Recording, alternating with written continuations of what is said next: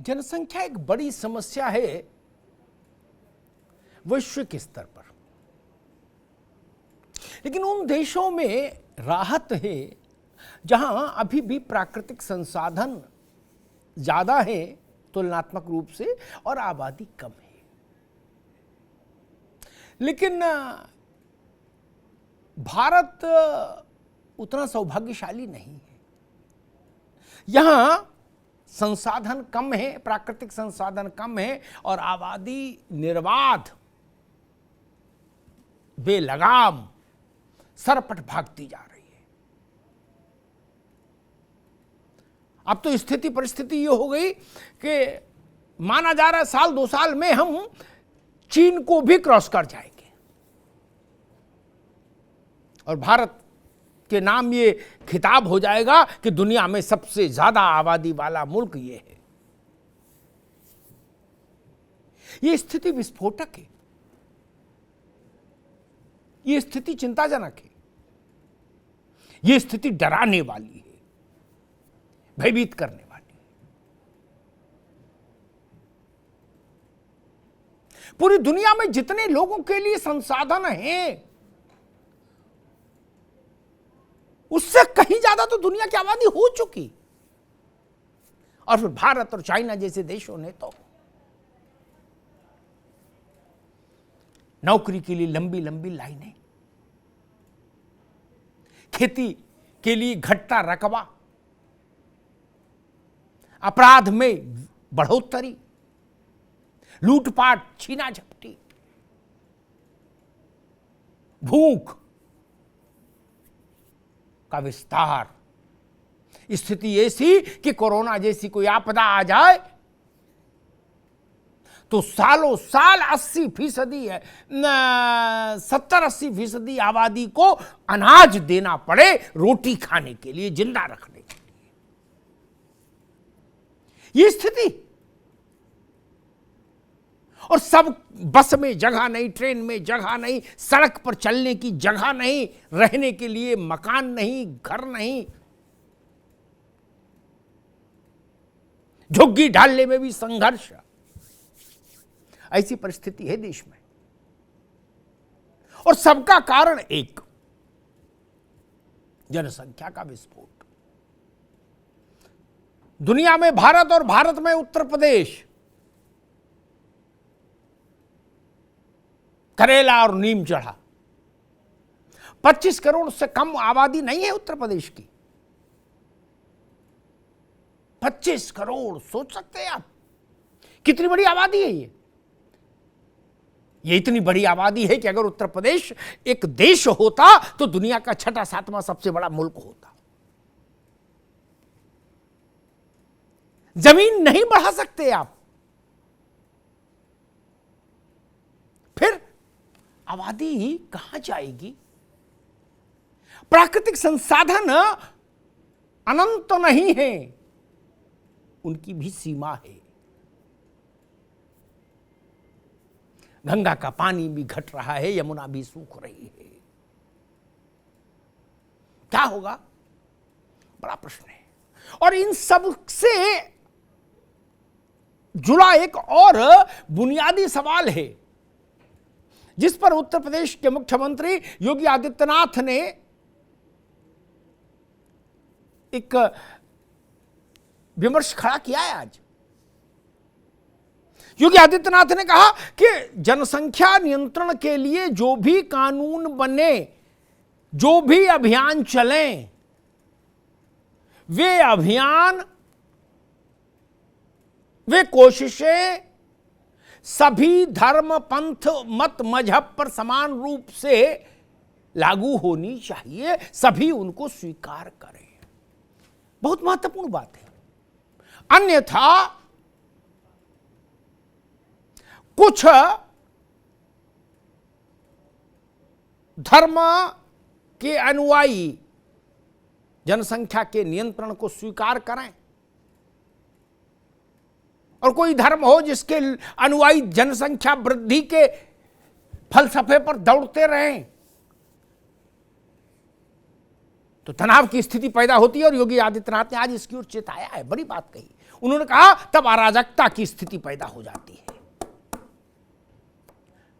जनसांख्यिकी असंतुलन पैदा हो जाता है, और जो मूल आबादी है देश की वो कम होने लगती है। ये चिंता का विषय है। ये उस चिंता से अलग की चिंता है, संसाधनों वाली, उस चिंता से अलग की चिंता है। यहां तो सामाजिक ताना बाना भी फिर ध्वस्तीभूत होने का खतरा पैदा हो जाता है। भारत ने ऐसा कई राज्यों में देखा है, कश्मीर में देखा, आसाम में देखा, नॉर्थ ईस्ट में देखा, तमाम राज्यों में जहां इस ढंग की धार्मिक आधार पर असंतुलन हुआ, वहां पर स्थितियां चिंताजनक हो गई, अराजकता की स्थिति की ओर जाता है। फिर परिदृश्य, ये बात आज योगी आदित्यनाथ ने कही है, इस पर भी बहस होनी चाहिए, इस पर भी चर्चा होनी चाहिए, और इस पर केवल पर्दा डाल देने भर से परिस्थितियां बदलेंगी नहीं। अगर सब लोग जनसंख्या नियंत्रण को नहीं मानेंगे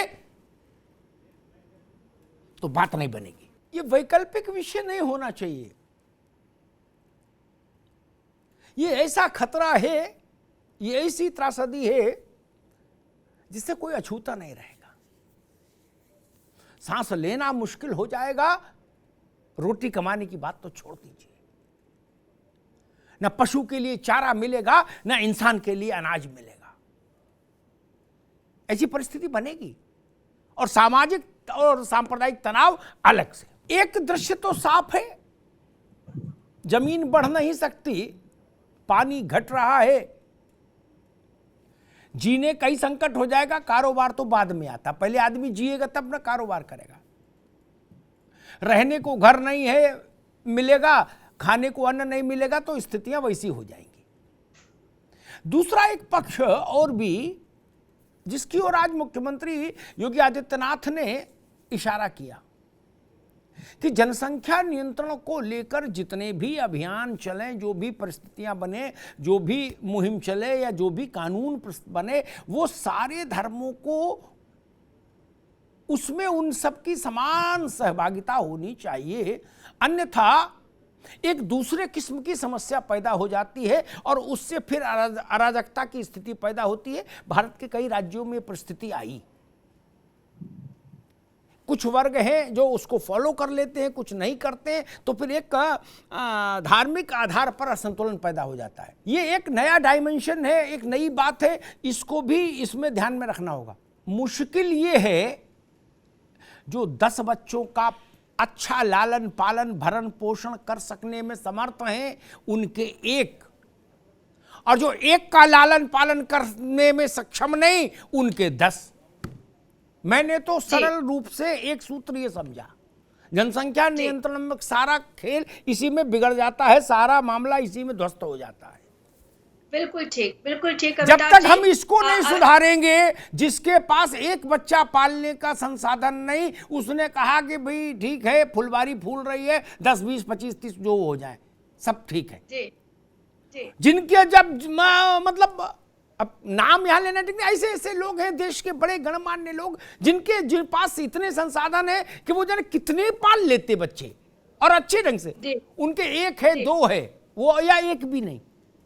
इसका के क्या कैसे संतुलन करेंगे? वही सवाल घूम फिर के आता है। माता पिता के पास जितनी बौद्धिक क्षमता होगी, संतान में उतनी बौद्धिक क्षमता तुलनात्मक रूप से ज्यादा होने की संभावना रहेगी। माता पिता के पास जितने ज्यादा संसाधन होंगे, संतान को अच्छी शिक्षा दीक्षा लालन पालन पोषण मिलेगा। यहां इसका उल्टा हो रहा है। बंगाल में जाकर देखिए, जिनके पास खाने की व्यवस्था नहीं, उनके अनगिनत हैं। नंबर से याद रखो। आसाम में परिस्थिति ही बदल गई, पूरी परिस्थिति ही बदल गई। शीर्षासन हो गया आसाम का, जिसकी ओर आज योगी आदित्यनाथ ने इशारा किया कि इससे अराजकता की स्थिति पैदा होती है। माने तो सब माने, और सख्ती के साथ सब माने। मेरी चिंता है एक शेर है कि कौन जीता है तेरे जुल्फ के सर होने तक, कौन जीता है तेरे जुल्फ के सर होने तक, खाक हो जाएंगे हम तुझको खबर होने तक। ये खड़ामा खड़ामा चलने का वक्त बीत गया भाई। अब वो होम्योपैथी से काम नहीं चलेगा, अब तो इंजेक्शन की जरूरत है देश को। गली मोहल्ला चौक हो गया, चलना मुहाल हो गया, रोटी के लाले पड़ गए, नौकरी एक नौकरी। मैं देख रहा हूं अग्निवीर निकला, दुनिया के आक्षेप हुए कि बड़ी खराब योजना है, मैं भी उससे कई उनके बिंदुओं से सहमत नहीं, लेकिन हम आज देख रहे थे भारतीय वायुसेना में 3,500 अग्निवीर की का मामला है, कुल 7.5 लाख तो आवेदन आ चुके। चपरासी की नौकरी निकाल दो, कई लाख आवेदन आ जाते हैं। यह परिस्थिति देश के लिए अच्छी नहीं। अगर खड़ामा खड़ामा में 2, 4, 5, 10 साल और लग गए तो उसके बाद हम करने लायक क्या बचेंगे। एक मसला खड़ा हुआ है कि सब माने तो बात बने, अन्यथा सांप्रदायिक टकराव पैदा हो जाता है। खतौली में हो जाता है, जानसठ में हो जाता है, मुजफ्फरनगर में हो जाता है, बरेली में हो जाता है, अलीगढ़ में हो जाता है। मैं यूपी की बात कर रहा हूं, आसाम और उधर छोड़ दीजिए अभी। ये बात जो आज मुख्यमंत्री ने कही, मुझे लगता है ठीक बात है। संतुलन सब जगह आएगा तभी उसका कोई अर्थ होगा, अन्यथा क्रिया की होगी इस ढंग की तो प्रतिक्रिया होगी। जब उधर देखा जाएगा कि भाई ऐसे मोहल्ले का शेप बदल गया, तो फिर पता लगेगा कोई साधु संत महंत खड़ा होगा, वो कहेगा कि भाई आप लोग भी 5 बच्चे पैदा करो, तभी मुकाबला हो पाएगा। तो ये जो मुकाबला वो चल रहा है, फिर तो ये अंताक्षरी हो जाएगी। बोले तेरे 6, बोले हम 8 करेंगे, बोले तू 8 करेगा हम 12 करेंगे। तो इसमें देश का तो बैंड बज जाएगा भैया दुबे जी। नहीं, मसला केवल शिक्षा नहीं है, उसके पीछे एक एजेंडा भी है, एक प्रयोजन भी है, एक टारगेट भी है कि भाई डेमोग्राफिकल चेंज करना है। अभी एक खबर आई, उसने वो खबर ने पूरे भारत का ध्यान खींचा और दुनिया का भी ध्यान खींचा गया। उस छोटी सी खबर ने एक इलाके में स्कूल था सरकारी, वहां लोग पहुंचे, बोले भाई अब हमारी आबादी यहां 75% हो गई। तो स्कूल के प्रिंसिपल ने कहा जी भाई साहब फिर क्या करें, बोले आप हमारे नियम कायदे चलेंगे यहां। यानी उतनी समझ तो है कि आबादी बढ़ जाएगी तो क्या क्या करवा सकते हैं हम। क्या ये भी एक मोटिव है जिसके चलते ये आबादी तेजी से भागती है। बहुत सारी चीजें कुरान में नहीं हैं, लेकिन जमीन पर वो सबसे ज्यादा प्रभावशाली है। हमने निगाह डाली, कुरान में नहीं है वो चीजें।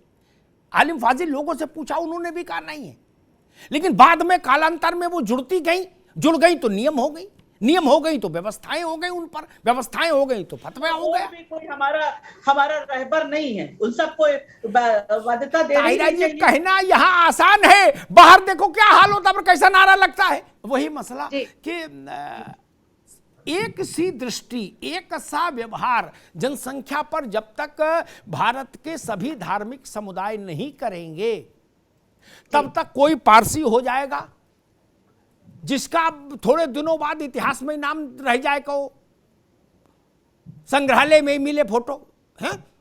ऐसी स्थिति हो जाएगी। और कहीं ऐसा हो जाएगा कि जिस गली से निकलो वहीं 10-20 बच्चे मिलेंगे। तब संतुलन अगर धार्मिक आधार पर नहीं होगा तो कष्ट हो जाएगा देश में। ये मसला केवल अनपढ़ अशिक्षा का नहीं है। जब हम इसको ये कह देते हैं कि ये लैक ऑफ एजुकेशन है, तो हम असल में एक बड़े उस पर वास्तविकता पर एक पर्दा डाल देते हैं। अनपढ़, एक मिनट रुकिए, एक वास्तविकता पर पर्दा डाल देते हैं। जैसे अगर अलीगढ़ मुस्लिम यूनिवर्सिटी सामाजिक सुधारों का समर्थन नहीं करती और वहां से नारेबाजी और धरना प्रदर्शन शुरू हो जाता है, आलूस जुलूस, तो अलीगढ़ मुस्लिम यूनिवर्सिटी में तो पढ़े लिखे जाते, वहां तो मदरसा है नहीं। वहां जो जाते, रुको भाई, वहां जो जाता है वो बीए में एडमिशन लेने जाता है, वो काका काका सीखने तो जाना है ना, अलिफ बे पे थे। ये तो हर जब वो भी बवाल कर रहा है तब एक सवाल। और दूसरी बात आज की ठीक है ताहिरा जी ने एक बात कही, उस पर सबको सोचना होगा। मैं ताहिरा जी आपके पक्ष की बात कर रहा हूं, लेकिन सुन लीजिए धैर्य से। ताहिरा हसन जैसे लोग हैं जो ये अच्छी बात कह सकते हैं, लेकिन ये मासेज को इकट्ठा नहीं कर सकते। मासेज ये कहेंगे 4 लोग सुनेंगे, 10 लोग लाइक कर देंगे, अगर सोशल मीडिया पे होगा 20, 50, 100, ठीक।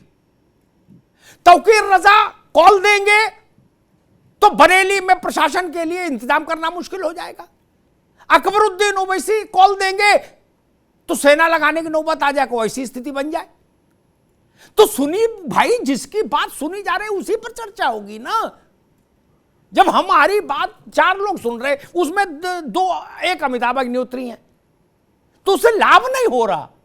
आप बात अच्छी कह रहे हैं मित्र, लेकिन लाभ तो हो, मासेस तक तो जाए। बार बार बात आ रही है कि साइंटिफिक टेम्परामेंट और एजुकेशन है। हम एएमयू को केंद्र में रख के ये सवाल पूछ रहे हैं। एएमयू में तो सारे तरह के टेम्परामेंट आ जाने चाहिए, आला दर्जे का एजुकेशनल इंस्टीट्यूट है, ठीक। और वहां जो जाता है वो भी कक्षा 1, 2, 3 का विद्यार्थी नहीं, बीए करने जाता है मिनिमम, ठीक। वहां से साइंटिफिक टेम्परामेंट और एजुकेशनल क्वालिफिकेशन वाला जो व्यू निकल के आना चाहिए, वो क्यों नहीं आ रहा? सबसे ज्यादा बवाल वही होता है। जितने टाइम क्लास नहीं चलती उतने टाइम धरना प्रदर्शन, जुलूस, हाय तौबा। मैं कभी इस बात से सहमत नहीं हुआ। आज ने मैं कम से कम 100 बहस जनसंख्या पे कर चुका, 100 बार। जब भी लोग कहते कि देखिए अमिताभ जी जन जागरण करेंगे और धीरे धीरे चलिए, इतना तेज मत चलिए, मैं उससे कभी सहमत नहीं हुआ। ये आपके जन जागरण के पीछे छुपने का नतीजा कि 2027 में हम चीन को क्रॉस करने जा रहे हैं। हो गया जन जागरण का पट्टा गले में पहन लो, जन जागरण होने दो। और मसला केवल बीजेपी का थोड़ी ना है। जो आंकड़ा यूसुफ अंसारी बता रहे थे कि बीजेपी की सरकार ने कहा, बीजेपी की सरकार भारत नहीं हो सकता, भारत उनसे पहले भी था, उनके बाद भी रहेगा। जरूरी थोड़ी सरकार ने कहा कि 2 बच्चे का नियम हमारा बनाने का इरादा नहीं, तो मैं कह दूं कि नहीं ये बहुत सही बात कही। नो, मैं उससे सहमत नहीं। 2 बच्चे का नियम बनना चाहिए और जो उसका उल्लंघन करे उन पर दंडात्मक कार्रवाई हो। इसमें मजहब से क्या लेना देना? और जिनको मजहब के नाम पर आपत्ति हो, उस आपत्ति को दरकिनार करिए। ये नहीं चलेगी आपत्ति। संसाधन तो सबके साझे हैं भाई। आपकी टांग में हमारी टांग भी बंधी है, जमीन उतनी है। अगर केवल प्रचार से प्रसार से कुछ होता तो अब तक हो गया होता। लाखों एनजीओ इसी से जीवन काट लिए, खा पी लिए, बाल बच्चों की शादी कर लिए, मकान बनवा लिए, जनसंख्या नियंत्रण पर प्रचार करते करते गाड़ी घोड़ा ले लिए। क्या जी। तो 2027 में हम चीन को क्रॉस नहीं कर रहे होते। अगर जन जागरण से सब हो रहा होता, महामृत्युंजय मंत्र की तरह काम कर रहा होता जन जागरण अभियान, ये एनजीओ की जीवनचर्या भर के लिए तो ठीक है। मकान दुकान बन गया, अच्छे कपड़े पहन लिए, परफ्यूम लगा रहा, घूम रहे, बोले एनजीओ चला रहे हैं, जन जागरण कर रहे हैं। क्या जागरण से कुछ नहीं होना जाना भाई? कानून क्यों नहीं? भारत में लोकतंत्र बहुत नया है, 70-75 साल का आजादी है कुल। क्या 5000 साल का देश, इसमें 2000-1500 साल से तो कम से कम कथा भागवत हो ही रही देश में, ठीक। जिनके समापन पर पंडित जी कहलाते, जब पार्टियां भी नहीं थी, कुछ नहीं था, है हिंदू मुसलमान का भी झगड़ा फसाद नहीं था, कहलाती हाथ ऊपर करो, अधर्म का नाश हो, धर्म की जय हो, प्राणियों में सद्भाव हो। तो इनके लिए कानून क्यों बनाए हमने? इनसे बड़ा जागरण कानून, फिर जागरणों के भरोसे हम नहीं चल देते कि भाई प्राणियों में सद्भाव हो, पंडित जी ने कह दिया अब कानून जरूरत नहीं, इंडियन पेनल कोड खारिज। ये सारा जन जागरण का सॉफ्ट कॉर्नर जनसंख्या के साथ क्यों? दुबे जी, एक बड़ा सवाल होगा इसमें। केवल आप ही कटघरे में नहीं, आप और आपसे पहले बहुत सारी सरकारें, इंदिरा जी ने एक बार कोशिश की थी, इंदिरा जी से भी ज्यादा उनके बेटे ने, तो हाथ पॉलिटिकली हाथ जल गए। मुझे याद है आज के जो वो हैं, पता नहीं ताहिरा हसन को याद है कि नहीं, आज के जो जामा मस्जिद के इमाम हैं, इनके अब्बा हुजूर निकले थे प्रचार के लिए, हेमवती नंदन बहुगुणा उनको लाए थे। उन्होंने पूरा फोकस इसी पर किया था कि इंदिरा जी ने नस काट दी। अब क्या बोला वो हम यहां नहीं बोलना चाहते। और कांग्रेस का भट्टा बैठा। उसके बाद सारी पार्टियों ने कहा चिमटे से भी नहीं छुओ, चाहे 10 करो चाहे 16। नरेंद्र मोदी की सरकार और खासतौर पर सरकार ने, मैं कहूँ नरेंद्र मोदी के काम करने के तरीके को थोड़ा और बारीकी से देखना होगा हम लोगों को।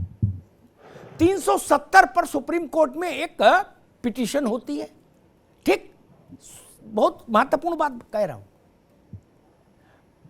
देश की सबसे बड़ी अदालत देश की सरकार, केंद्र सरकार को नोटिस करती है कि 370 पर आपका क्या सोचना समझना है, आके बताइए, ठीक। सरकार ने रिस्पॉन्ड नहीं किया। क्या इंप्रेशन गया कि नरेंद्र मोदी 370 नहीं हटा सकते, नहीं तो सुप्रीम कोर्ट में बोलते नहीं। 370 हट गई, हट गई। एक इसमें ऐसा होगा नहीं होगा सरकार जाने, कि मैं उदाहरण दे रहा हूं काम करने का तौर तरीका। एक बात बार बार कही गई, यहां नहीं आई लेकिन आगे पहले बहुत सारे मैंने इस पर बहसें की, तो उनमें आई एक बात कि भाई जागरण इसलिए जरूरी है अग्निहोत्री जी, क्योंकि इस देश में जो गैर पढ़ा लिखा है वो चीजों को समझ नहीं पाता, उसको समझाना पड़ेगा अभी। और तो मैंने उन लोगों से पूछा कि अब तक कितनों को समझाया, पहले तो ये बताओ, तो तुम्हारी बात पे भरोसा करें। अब तक दशहरी खाक सो रहे हो खटिया पे और कह रहे हो आगे से जागरण करेंगे। ये चाह रहे हो ये तारीख बीते, बवाल कटे, फिर कंबल ओढ़ के सो जाएं, यही ना। मैंने कहा ये नहीं चलेगा, ये फर्जिफिकेशन नहीं चलेगा ना।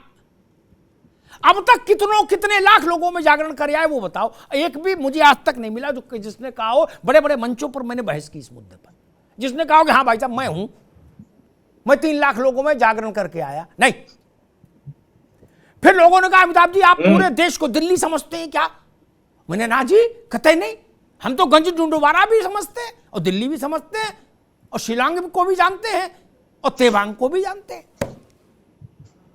बोले कोई चीज कैसे पहुंच सकती है, आज आप कानून बनाना चाहे, आप वकालत कर रहे हो, आप अधिनायकवादी सोच रख रहे हो। मैंने उनसे कहा कि दादा आप भारत की जनता की प्रज्ञा और मेधा को कमतर आंक रहे हैं ताहिरा जी। ये आपके काम आएगा आगे, आप तो दुनिया भर की तमाम सेमिनार्स और बहसों में रहती हैं, ये कभी इसका कहिएगा। ये गूगल वाली किताब में मिलेगा ही नहीं ये विषय। मैंने उनसे कहा सबसे गरीब आदमी ले आओ जिसका मस कागज छुयो नहीं, कलम गही नहीं हाथ, जो ऐसा हो। कबीर ने कहा कि कॉपी किताब देखे ही नहीं, ऐसा ले आदमी ले आओ, ठीक। उससे पूछो, आप टेस्ट कर लेना आप ताहिरा जी मेरी बात का, और अगर सही हो तो मुझे टेलीफोन करिएगा, कहिएगा भाई आपने बात बिल्कुल सही कही थी। जो सबसे गरीब हो, अशिक्षित हो, जिसके जीवन में कभी शिक्षा का कोई अलिब्बे पेते भी नहीं आया हो, मदरसा भी नहीं गया हो, अलीगढ़ मुस्लिम यूनिवर्सिटी छोड़ो, उससे भी पूछो फ्री का राशन कहां मिल रहा, कितना मिल रहा है। अगर जानकारी नहीं हो तो मैं पत्रकारिता छोड़ दूंगा,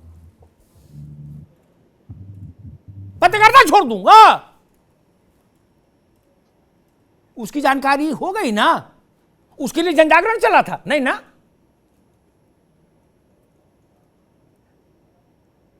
दैनिक जागरण में पढ़ के जानकारी हो गई, जनजागरण तो हुआ नहीं। और यहां टाइम वो लिंगर ऑन करने के लिए कानून को जाल फेंका जा रहा है कि जनजागरण कराओ। आज आप एक आदमी को बता दीजिएगा, अपने मेड को ताहिरा जी, कि जो लोग सावन में अपना अकाउंट खुलवा लेंगे डाकखाने में, उनको 500 रुपया एक्स्ट्रा मिलेगा। और कल देख लीजिएगा लखनऊ के डाकखानों का हाल, अगर पुलिस नहीं लगानी पड़े। जनजागरण किस बात के लिए करवाना चाहते हैं? किस बात का जनजागरण? यूएन कह रहा है कि यूएनओ कह रहा है कि 27 तक आप पाकिस्तान चाइना को क्रॉस कर जाएंगे। हमारे पास जमीन है? जमीन है क्या हमारे पास? अरे हिंदू हो, मुसलमान हो, सिख कोई ईसाई हो, बैठेगा कहां, रहेगा कहां, खाएगा कहां? हम खाएंगे तो जानवर क्या खाएगा, और जानवर खाएगा तो हम क्या खाएंगे? कितनी पैदावार है हमारे पास। गंगा सूख रही है, यमुना सूख रही है, वरुणा सूख रही है, रामगंगा सूख रही है। क्या करेंगे? जनजागरण करते रहे, जनजागरण करते रहे। सरकार के एजेंडे में है नहीं है, सरकार जाने। लेकिन सरकार के एजेंडे छोटे होते हैं, देश का एजेंडा बड़ा होता है। आज जो सरकार है ये अनंत काल तक नहीं रहेगी ना। भारत की सरकार अनंत काल तक रहती, चेहरे तो बदलते हैं। हम अपने बच्चों के लिए कौन सा देश छोड़कर जाना चाहते हैं जिसमें खाने को रोटी नहीं मिले, पीने को पानी नहीं मिले? ऐसा देश छोड़कर जाना चाहते हैं?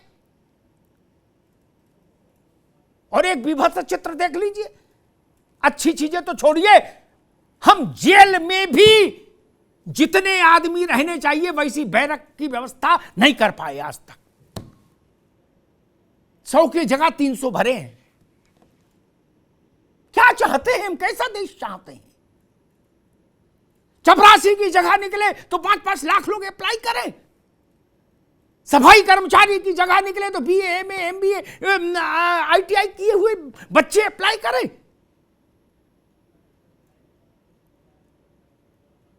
ये रोहिंग्या वाला समस्या क्या है? ये बांग्लादेशियों वाली भी मसला है। क्या ये अपराध की ओर नहीं जाते हैं? वो कौन लोग हैं जिनके बारे में हर बार निकलता है कि आधार कार्ड का डुप्लीकेट बनाने वाले पकड़े गए? 1000 रुपये में आधार कार्ड बना रहे थे। वो कौन लोग हैं जो आधार कार्ड डुप्लीकेट, मतलब अब नंबर 2 से बनवाना चाहते हैं?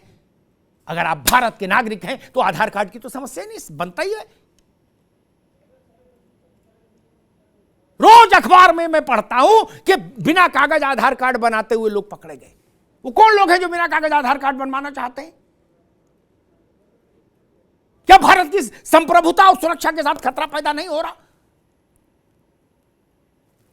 नहीं। योगी आदित्यनाथ ने आज जो बात कही वो बहुत गंभीर चिंतन की दरकार है उस पर। हमारा अनुभव, देश का अनुभव अच्छा नहीं रहा उन परिस्थितियों का। धार्मिक आधार पर असंतुलन देश को दूसरी तरह की समस्याओं में ले जाएगा। मैं उन समस्याओं के विवेचन में नहीं जाना चाहता। डिजाइन नहीं होनी चाहिए दिमाग में। अगर मंतव्य ही दूसरा है, हम मान लिया कि ठीक नहीं पढ़े लिखे थे ज्यादा बच्चों की, ठीक, लेकिन फिर आप स्कूल किस लिए गए? ये कहने कि आप हमारे हिसाब से चलेगा स्कूल। बच्चे ज्यादा हो गए, मैं ताहिरा जी की बात मान लूंगा, पढ़े लिखे नहीं थे, चलो ठीक मान ली। ये समझ किसने दी कि स्कूल में जाके कहो कि अब यहां प्रार्थना नहीं होगी? ये समझ किसने दी? और जिसने ये समझ दी वो आदमी देश के साथ गद्दारी कर रहा है। किसी ने तो दी होगी समझ ना। और अगर उनको इतनी समझ है ताहिरा जी तो माफ करिएगा,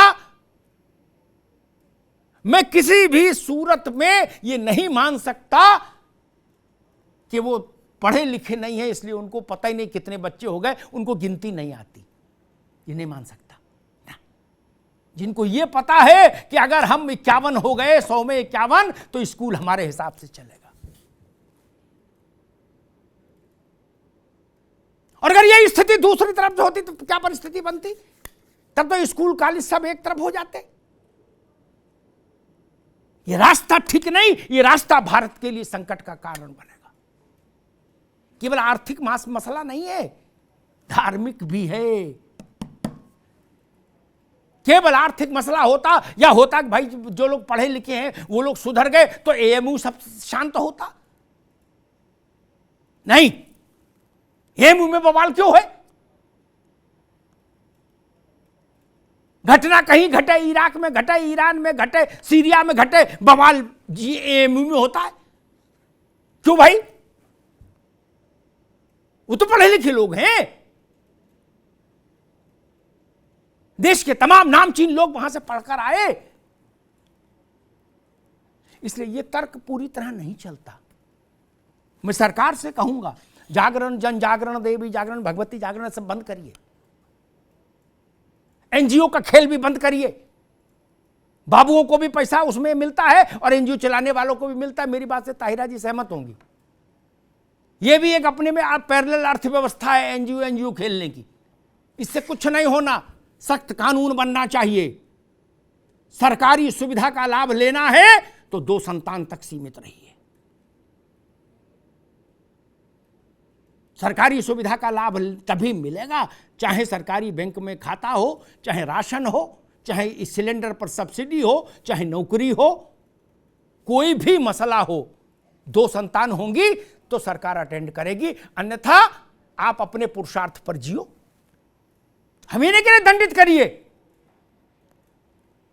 जिसके पास इतना पुरुषार्थ है कि नहीं जी निज भुजबल में बैर बढ़ावा, तो ठीक है 10 बच्चे पैदा करो, अपनी बैंक खोल लो, अगर ये सामर्थ्य है तो कर लो, अन्यथा सरकारी लाभ से वंचित होना चाहिए जो लोग 2 बच्चों की सीमा रेखा का उल्लंघन करें। वो दौर बीत गया कि कांग्रेस ने नसबंदी का कार्यक्रम चलाया था, परिवार नियोजन का, कांग्रेस डूब गई, वो छोड़ दीजिए, उस भय से निकलिए। वो भय ऐसा ही है जैसे जो मुख्यमंत्री नोएडा आएगा वो दोबारा नहीं आएगा, योगी आदित्यनाथ ने उसको तोड़ा तो दोबारा आए ना। कांग्रेस केवल नसबंदी से नहीं गई थी, 10 और कारण थे जिनके लिए गई थी। कांग्रेस मीसा और DIR से गई थी, न केवल नसबंदी से नहीं। इसलिए मैं कहता हूं अगर एजेंडे में है तो स्वागत है दुबे जी, और नहीं है तो एजेंडे में होना चाहिए, क्योंकि आपका सरकार का एजेंडा देश के सामूहिक इच्छा से नियंत्रित और प्रेरित होना चाहिए।